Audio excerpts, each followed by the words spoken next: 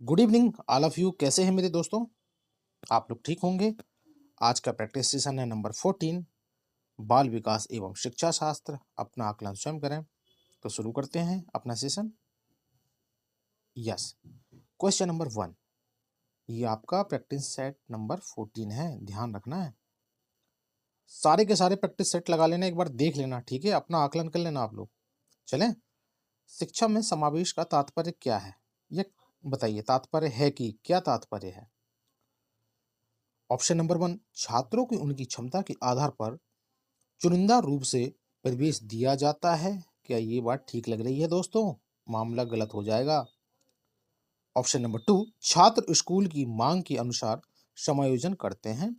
Option number 3, व्यक्तिगत विभिन्नताओं के बावजूद सभी छात्र एक ही स्कूल में पढ़ते हैं। प्यारा सा ऑप्शन लग रहा है ये। विकलांग छात्र अलग से विशेष स्कूलों में पढ़ते हैं। क्यों जाएंगे विशेष स्कूल में? नहीं जाना भाई, उनको नहीं जाने देना आप लोग। तो बताओ प्यारे दोस्तों, क्या है क्वेश्चन नंबर 1 का राइट आंसर? अरे, शिक्षा में समावेशन का क्या तात्पर्य है? बहुत प्यारा सा क्वेश्चन है ये। राइट आंसर क्या होगा? उड़ा दो यार, क्यों टाइम बर्बाद कर रहे हो? Option number 3 is right answer. व्यक्तिगत विभिन्नताओं के बावजूद सभी छात्र एक ही स्कूल में पढ़ते हैं। आज मैंने आपका इंग्लिश वाला भी क्वेश्चन लेके आया हूं, तो इंग्लिश वाले बच्चे इंग्लिश से पढ़ेंगे और हिंदी वाले हिंदी से। बाईलैंग्वेज है आज आपका पूरा का पूरा क्वेश्चन का सेट। समझ में आया? चलें आगे। बुद्धि परीक्षण के लिए वास्तविक रूप से चुनी गई वस्तुएं बुद्धि की परिभाषा उपलब्ध कराती हैं। कार्यात्मक, वैध, विश्वसनीय, संक्रियात्मक। तो क्या होगा मेरी भावी शिक्षक शिक्षिकाओं? क्वेश्चन नंबर 2 का राइट आंसर। अपना आकलन करो और कमेंट बॉक्स में लिख के मारो खटाक से, क्या है क्वेश्चन नंबर 2 का राइट आंसर? बताइए बताइए। ऑप्शन नंबर 4, यस, संक्रियात्मक। Absolutely correct. आई होप आप समझ गए होंगे। क्वेश्चन नंबर 4, रिक्त स्थान में अपने चिंतन और समस्या समाधान को व्यवस्थित करने की क्षमता शामिल होती है। मध्य संज्ञात्मक कौशल में, अनुभविक बुद्धि में, प्रक्रिया की गति में या मनोस्थिति में।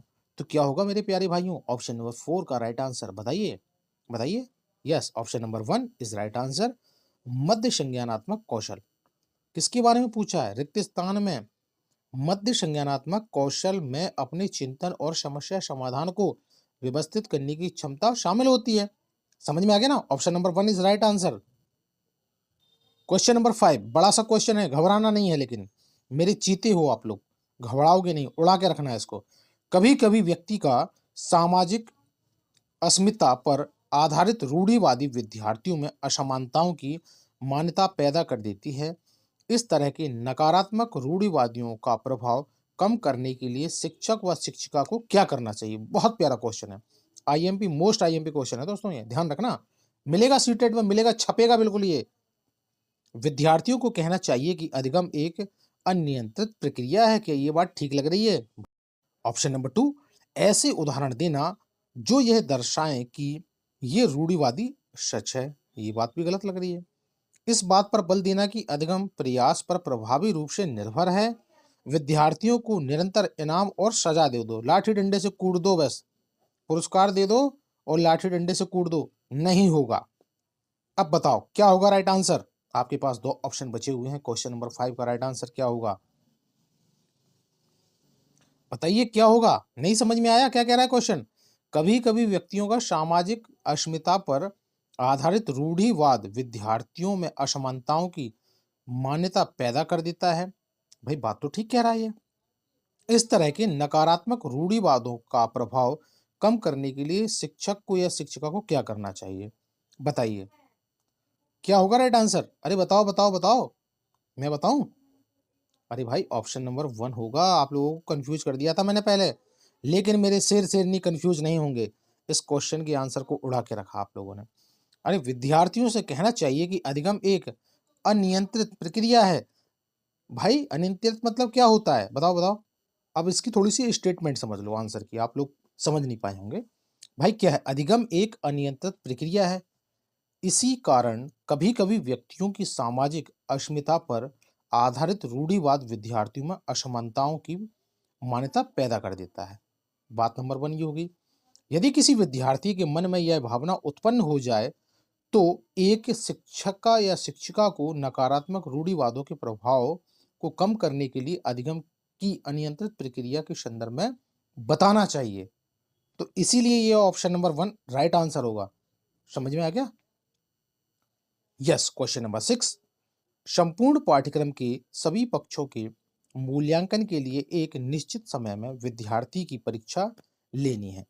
ऐसे में विद्यार्थी से किस प्रकार के प्रश्न पूछना अधिक उचित होगा? निबंधात्मक, व्याख्यात्मक, आलोचनात्मक या वस्तुनिष्ठ? तो बताइए क्या होगा, क्या एसी टाइप, एक्सप्लेन टाइप के, क्रिटिकल टाइप के या ऑब्जेक्टिव टाइप के? तो बताओ बताओ, क्वेश्चन नंबर 6 का राइट आंसर क्या है मेरे चीतों? Option number 4 is right answer. अरे भाई, वस्तुनिष्ठ, ऑब्जेक्टिव टाइप क्वेश्चन। ओके, समझ में आ गया? क्वेश्चन नंबर 7, विश्लेषण को बढ़ावा देने वाले प्रश्न उदाहरण का क्या उदाहरण होगा? बताओ। चलो, बेसिक सा क्वेश्चन है। शिक्षा का अधिकार कानून कब पारित किया गया था? विज्ञापन देखकर अपना आप महिलाओं और पुरुषों के मीडिया में चित्रण के बारे में क्या क्या तर्कीकरण कर सकते हैं? लेव वाइगोस्की का जन्म कब हुआ था या कहाँ हुआ था? जीन पियाजे द्वारा प्रतिपादित संज्ञानात्मक विकास के चरणों के नाम लिखिए। तो बताओ भाई, क्या कह रहा है क्वेश्चन? नहीं पकड़ पाए होंगे आप लोग, फिर से पढ़ो क्वेश्चन को। विश्लेषण को बढ़ावा देने वाले प्रश्न का उदाहरण कौन सा होगा? ये विश्लेषण विश्लेषण के बारे में पूछ रहा है। अब इन ऑप्शनों में से कौन सा क्वेश्चन ऑप्शन विश्लेषण कर रहा है, बस इसको पकड़ लो आप। तो कौन सा है भाई वो? Option number 2। अब 2 क्यों होगा? देखो, बच्चा कैसे विश्लेषण करेगा? विज्ञापन देखकर आप महिलाओं और पुरुषों की मीडिया में चित्रण के बारे में क्या तर्कीकरण कर सकते हैं? बिल्कुल, इसी से तो बच्चा बताएगा ना कि हाँ सर, मैं ये ऐसा होना चाहिए, वैसा होना चाहिए, वट एवर। तो ये विश्लेषण के बारे में आपसे पूछ रहा था, तो option number 2 is right answer. समझ गए?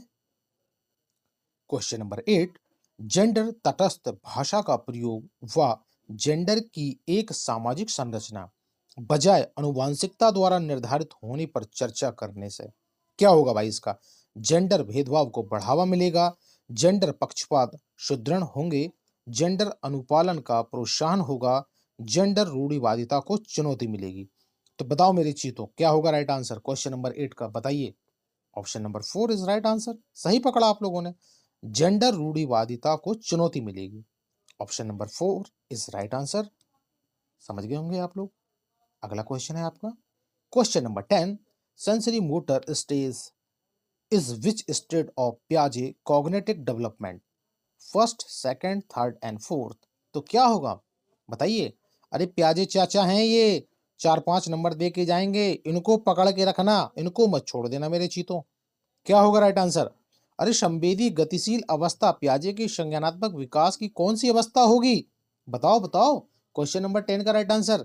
बहुत बढ़िया, option number 1 is right answer. कौन सी स्टेज होगी? The first stage. ओके, समझ में आ गया?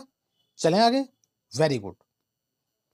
क्वेश्चन नंबर 11 बड़ा सा क्वेश्चन है, ऑप्शन भी बड़े से हैं, पर ध्यान रखना चुटकियों में उड़ाएंगे इसको, टेंशन नहीं लेना, बस भाई के साथ लगे रहो। बच्चों की मूल्यांकन के बारे में निम्नलिखित में से कौन सा कथन सही नहीं है? इसको पकड़ लो बस। मूल्यांकन का प्रयोग सीखने को सुसाध्य करने के लिए किया जाना चाहिए तथा इसमें विविध तरीकों को शामिल करना चाहिए। भाई ये पॉजिटिव है, आपसे पूछा है निगेटिव आंसर। समझ में आया? मूल्यांकन हमेशा शिक्षण अधिगम से अलग गतिविधि के रूप में किया जाना चाहिए। क्या ये बात ठीक लग रही है?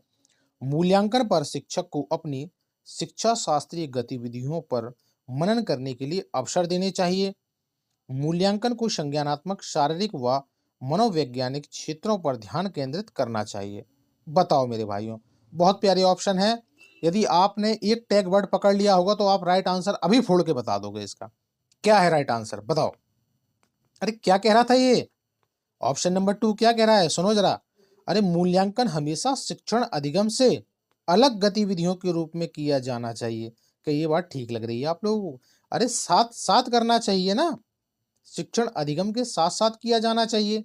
और ये क्या कह रहे हैं भाई साहब? ये कह रहे हैं कि अलग गतिविधि के रूप में किया जाना चाहिए। तो बस यहीं पे पकड़ लेना था आप लोगों को। Option number 2 is right answer. I hope मेरे चीते समझ गए होंगे। यदि क्लास में आनंद आ रहा है तो अपने सर के लिए, अपने भाई के लिए गुरुदक्षिणा के तौर पे सब्सक्राइब, लाइक, कमेंट ठोक के मारो अभी। चलें आगे। Yes, question number 12। कथन क्या कह रहा भाई? ए भाई, अर्थपूर्ण अधिगम के लिए नई सामग्री को बच्चे के मौजूदा ज्ञान से जोड़ना जरूरी है। भाई बात तो ठीक लग रही है। अधिगम एक रेखीय तरीके से होता है, इसमें मामला गड़बड़ हो सकता है। अब बताओ भाई, मेरी बातों पे ध्यान रखना, क्या होगा राइट आंसर? अरे भाई साहब, ए भाई साहब तो सही हैं, लेकिन बड़े भैया आर गलत हैं। अरे अधिगम एक रेखीय तरीके से होता है, रेखीय तरीके से नहीं होता, चक्रीय तरीके से होता है। कैसे होता है? चक्रीय तरीके से होता है ना। अधिगम कैसे होता है? विकास भी चक्रीय होता है, अधिगम भी होता है। ओके, समझ में आ गया नहीं आया? अब आप बोलोगे कि सर कह रहे हैं कि अधिगम चक्रीय तरीके से होता है। बताओ बताओ क्या बात है? अरे कैसे होता है अधिगम? चक्रीय तरीके से होता है या रेखीय तरीके से होता है? अरे मित्रों, ये चक्रीय तरीके से होता है। और कैसे होता है? बहुरेखीय तरीके से भी होता है। समझ में आया? आज आप लोगों को नया टैग बढ़ दिया हूं। चक्रीय तरीके से होगा और रेखीय, विभिन्न विभिन्न रेखीय तरीकों से होगा। Option number third is right answer. ज्यादा समय बर्बाद ना करते हुए अगले क्वेश्चन पे चलते हैं। Question number 13। बालक की मूल प्रवृत्तियों को कहा जाता है, क्या कहा जाता है भाई? बताइए। संवेगात्मक प्रवृत्तियां, जन्मजात प्रवृत्तियां, ज्ञानात्मक प्रवृत्तियां, क्रियात्मक प्रवृत्तियां। तो क्या होगा चीतों? राइट आंसर क्या होगा क्वेश्चन नंबर 13 का? बताइए। अरे बालक की मूल प्रवृत्तियां कैसी होती हैं? अरे जन्मजात प्रवृत्तियां तो होती है ना। कैसी होती हैं? जन्मजात प्रवृत्तियां पाई जाती हैं। Option number 2 is right answer. Question number 14। कक्षा कक्ष में अधिगम समस्या उत्पन्न करने वाले बालक या बालिका को वे बालक होते हैं जिनकी बुद्धि लब्धि न्यून होती है, बुद्धि लब्धि औसत होती है, बुद्धि लब्धि अधिक होती है, या बुद्धि लब्धि सर्वोच्च होती है। तो बताओ भाई क्या होगा क्वेश्चन नंबर 14 का राइट आंसर? अरे क्या कह रहा है? कक्षा कक्ष में अधिगम समस्या उत्पन्न करने वाले बालक वे बालक होते हैं जिनकी बुद्धि लब्धि कैसी होती है? अरे कम होती है, न्यून होती है। ये सही है कि नहीं? बताओ बताओ बताओ बताओ। अरे जब बच्चे की बुद्धि लब्धि न्यून होगी तो अधिगम प्रक्रिया में अशक्त पाए जाएंगे ना, वो सीखने में कठिनाई होगी ना। तो option number 1 is right answer.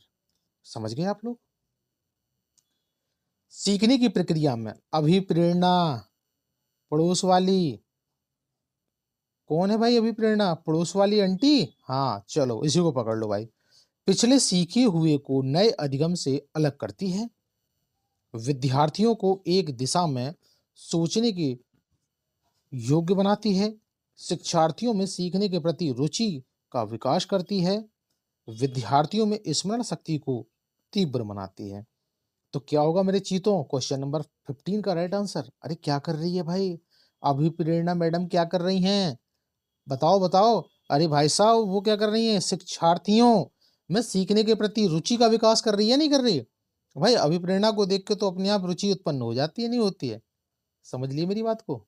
चलें, एंजॉय करते रहो, आराम से प्रैक्टिस सेशन लगाएंगे, ठीक है? घबराने की जरूरत नहीं है, सारे टॉप करोगे इस बार।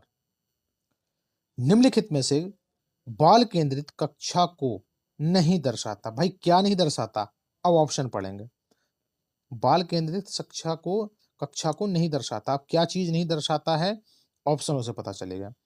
गतिविधि के अनुसार बैठने की व्यवस्था में परिवर्तन करना, बच्चों की प्रगति गुणात्मक रूप से और विकास के सभी पहलुओं को ध्यान में रखते हुए रिपोर्ट की जाती है, शिक्षा पाठ्य पुस्तक पढ़ता है और छात्रों की नकल करने के लिए श्याम पट्ट पर उत्तर लिखता है। बहुत बढ़िया, बहुत बढ़िया, पकड़ लिया होगा आपने आंसर क्या है। अरे बच्चे जो कर रहे हैं उसमें तल्लीन है। अब बताओ भाई क्वेश्चन नंबर 16 का राइट आंसर क्या होगा? क्या कह रहा है भाई? कौन बाल केंद्रित कक्षा को नहीं दर्शाता? बताइए। क्वेश्चन नंबर 16 का राइट आंसर क्या होगा मेरे चीतों? बिल्कुल पकड़ लिया आप लोगों ने, सही है ऑप्शन नंबर थर्ड। अरे क्यों? अरे शिक्षक पाठ्य पुस्तक पढ़ाता है और छात्रों से नकल करने के लिए श्याम पट्ट पर उत्तर लिखता है। क्या आप लोग ऐसे करोगे? ऐसा नहीं करना मेरे चीतों। अपने विद्यार्थियों का ना ध्यान रखना है। उच्च कोटि का छात्र बनाते हुए उनके भविष्य का निर्माण आप लोगों के हाथ में है। ठीक है, चलें आगे। स्पीयरमैन का बुद्धि संबंधी सिद्धांत सामान्यतः किस नाम से जाना जाता है? प्रतिदर्श सिद्धांत, द्विकारक, समूह कारक सिद्धांत, त्रिकारक सिद्धांत। तो बताइए क्या होगा भाई? स्पीयरमैन का बुद्धि संबंधी सिद्धांत सामान्यतः किस नाम से जाना जाता है? प्रतिदर्श सिद्धांत, द्विकारक, समूह कारक सिद्धांत, त्रिकारक सिद्धांत। तो क्या होगा क्वेश्चन नंबर 18 का right answer? Option number 2 is right answer, absolutely correct. Yes, two factor theories, द्विकारक सिद्धांत। Option number 2 is right answer. I hope आप लोग समझ गए होंगे। आपका अगला क्वेश्चन है क्वेश्चन नंबर 19। संज्ञानात्मक विकास मध्य बाल्य अवस्था तक तेजी से विकसित होता है और फिर ठहर जाता है। मानव मध्य बाल्य अवस्था के चरण में या के बाद नई चीजों को नहीं सीखता। बताओ भाई, नीचे कूट दिए गए हैं तो क्या होगा राइट आंसर क्वेश्चन नंबर 19 का? बताइए बताइए चीतों। अरे दोनों के दोनों स्टेटमेंट गलत हैं, ये पकड़ा नहीं पकड़ा? क्या कह रहा है ऑप्शन नंबर 1? संज्ञानात्मक विकास मध्य बाल अवस्था तक तेजी से विकसित होता है और फिर बाद में रुक जाता है। क्या ये बात ठीक कह रहा है? बिल्कुल गलत, नॉट एक्सेप्टेबल। उसके बाद आर भाई क्या कह रहे हैं? मानव मध्य बाल अवस्था के चरण के बाद नई चीजें नहीं सीख पाता। बिल्कुल गलत। तो दोनों के दोनों ऑप्शन गलत हैं। Option number 4 is right answer. Question number 20। बच्चे का अपने आप से बात करना क्या कहलाएगा भाई? बताओ। ये किससे पूछ रहा है आपको? वाइगोस्की की जो थ्योरी है उससे पूछेगा ये, और उसी से है ये। ऑप्शन नंबर 1 उनके अहम केंद्रवाद का बोधक है, उनकी सोच की विनियमितता करने में उनकी मदद करता है, उनके मनोवैज्ञानिक और भाषा विकास में बाधा डालता है, गंभीर व्यवस्था व्यवहार संबंधी समस्याओं की पहचान करता है। तो बताइए भाई, क्वेश्चन नंबर 20 का राइट आंसर क्या होगा मेरे चीतों? बच्चे का अपने आप से बात करना क्या कहलाएगा? क्वेश्चन नंबर 20 का राइट आंसर क्या होगा? अरे बताओ क्या होगा भाई? बताइए बताइए। क्वेश्चन नंबर 20 का right answer option number 2 is right answer. अरे भाई, उनकी सोच और विनियमित करने में उनकी मदद कर रहा है ना। तो बच्चे तभी तो अपने आप से बात कर रहे हैं कि नहीं यार ये ऐसा नहीं है, वैसा ठीक होता। नहीं नहीं नहीं नहीं नहीं, ये वाला वहां पे लगाने से ठीक होता। ओके, समझ में आया? Option number 2 is right answer. आपका अगला क्वेश्चन है क्वेश्चन नंबर 21। परीक्षा में कम अंक पाने वाले विद्यार्थियों को, चलो भाई, विशिष्ट विद्यालय में भेज देना चाहिए। कि आप लोग ऐसा ही करोगे? अरे आपके कुछ बच्चे कम अंक लेके आए हैं, पढ़ाई पे ध्यान नहीं दिया, तो आप उनको विशिष्ट विद्यालयों में भेज दोगे? कतई नहीं करना है ऐसा काम। केवल व्यावसायिक शिक्षा पाने के लिए मार्गदर्शन देना चाहिए। सिर्फ व्यावसायिक शिक्षा पढ़ाओगे क्या? बिल्कुल नहीं होगा। दंड देना या लाठी डंडे से कूट देना चल जाएगा काम इससे? नहीं चलेगा मेरे प्यारे भाइयों। ऑप्शन नंबर 4 उनकी व्यक्तिगत आवश्यकताओं के अनुसार सहायता देनी चाहिए। बहुत प्यारा आंसर, बहुत प्यारा ऑप्शन का आंसर।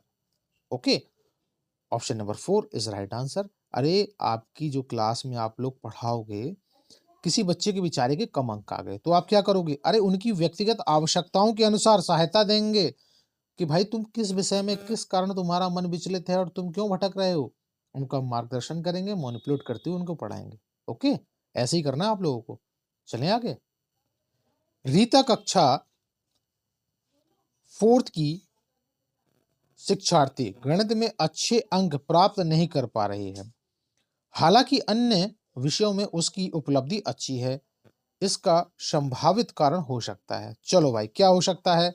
लड़कियां गणित में कमजोर होती हैं, रूढ़िवादिता वाला क्वेश्चन आ गया है। लड़कियों के लिए गणित आवश्यक विषय नहीं है, उन्हें होम साइंस दे देना चाहिए। कि ये बात ठीक है? अरे बच्चों को गणित सीखने के लिए अधिक बुद्धिमान होना आवश्यक है क्या? गणित पढ़ाने के ढंग में कुछ समस्या आ रही है ना? तो क्या होगा राइट आंसर? बताओ मेरे चीतों। 22 का राइट आंसर क्या होगा? Option number 4। अरे भाई साहब, गणित पढ़ाने के ढंग में कुछ ना कुछ तो फॉल्ट है। क्यों भाई? कुछ ना कुछ तो प्रॉब्लम है, तभी तो बेटी रीता कम अंक लेके आई है।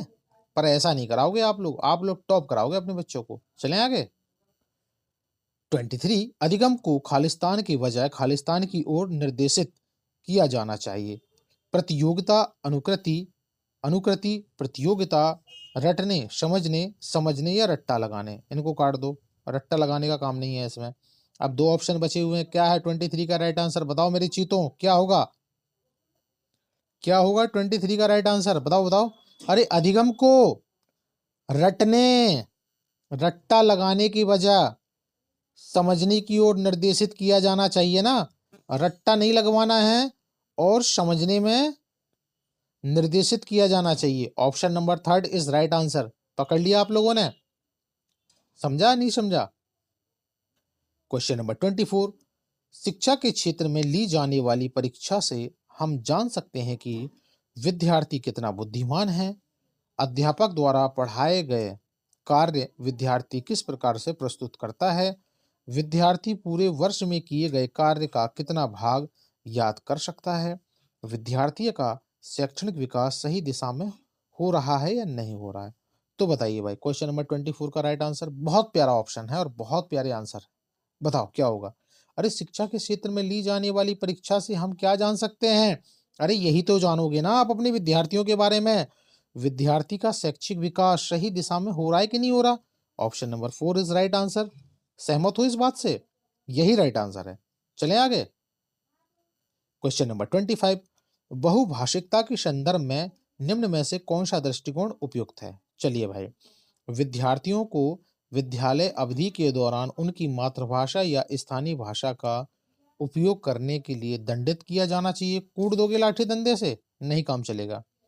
स्कूलों को केवल उन्हीं विद्यार्थियों को प्रवेश देना चाहिए जिनकी मातृभाषा निर्देश की भाषा के समान है। कतई नहीं करना। शिक्षक को सभी भाषाओं का सम्मान करना चाहिए और कक्षा में एक ऐसा वातावरण स्थापित करना चाहिए जो सभी विद्यार्थियों के समावेशन को बढ़ावा दे। एब्सोल्युटली करेक्ट भाई, यही है आपका right answer. Option number third. चलो चौथा और पढ़ लेते हैं। शिक्षक को कक्षा में उन बच्चों की अपेक्षा करनी चाहिए जो कक्षा में अपनी मातृभाषा का प्रयोग करते हैं। बकवास नहीं होगा ये। तो राइट आंसर है 25 का ऑप्शन नंबर थर्ड। समझिए, पकड़ लिया होगा आप लोगों ने। पसंद आया तो फेंको लाइक ठोक के। क्वेश्चन नंबर 26, गत्यात्मक मूल्यांकन क्या समझने में मदद करता है? बच्चे का बौद्धिक स्तर, समकक्षियों की तुलना में छात्र का संबंधित पद, बच्चों की विशिष्ट अधिगम आवश्यकताएं, बच्चा सामान्य नियमित विद्यालय में पढ़ने के योग्य है या नहीं है। तो बताओ मूल्यांकन का ये चौथा तो काट दो भाई। अब बताओ 26 का राइट आंसर क्या होगा मेरे चीतों? अरे भाई ऑप्शन नंबर थर्ड। बच्चे की विशिष्ट अधिगम आवश्यकताएं कैसी हैं और क्या हैं और किस तरीके से आप उन्हें प्रोग्रेस करा सकते हो, डायग्नोसिस करके तभी तो आप प्रोग्रेस कराओगे ना। तो option number third is right answer. समझ गए? 27, वे बच्चे जो कि अक्सर अपने अभिभावकों को मानकीय जेंडर रेखाओं को पार करते हुए देखते हैं, जैसे कि माता को उपकरण ठीक करते हुए और पिता को बच्चों की देखभाल करते हुए, उनके संदर्भ में अब बताइए भाई क्या होगा। ये भी जेंडर से पूछ लिया क्वेश्चन। कम संभावना है कि वे जेंडर रूढ़ियों का अनुसरण करेंगे, अधिक संभावना है कि वे जेंडर पृथक्करण का पालन करेंगे, अधिक संभावना है कि वे जेंडर रूढ़ियों का पालन करेंगे, कम संभावना है कि समाज में प्रचलित जेंडर मानदंडों के विरुद्ध होंगे। तो क्या होगा 27 का राइट आंसर? बताइए मेरे चीतों। Option number one. अरे कम संभावना है कि वे जेंडर रूढ़ियों का अनुसरण करेंगे, बिल्कुल सही बात है। जब माँ उसकी टेक्निकल वर्क कर रही है और पिताजी उसके बच्चों की देखभाल कर रहा है तो इससे क्या असर पड़ेगा?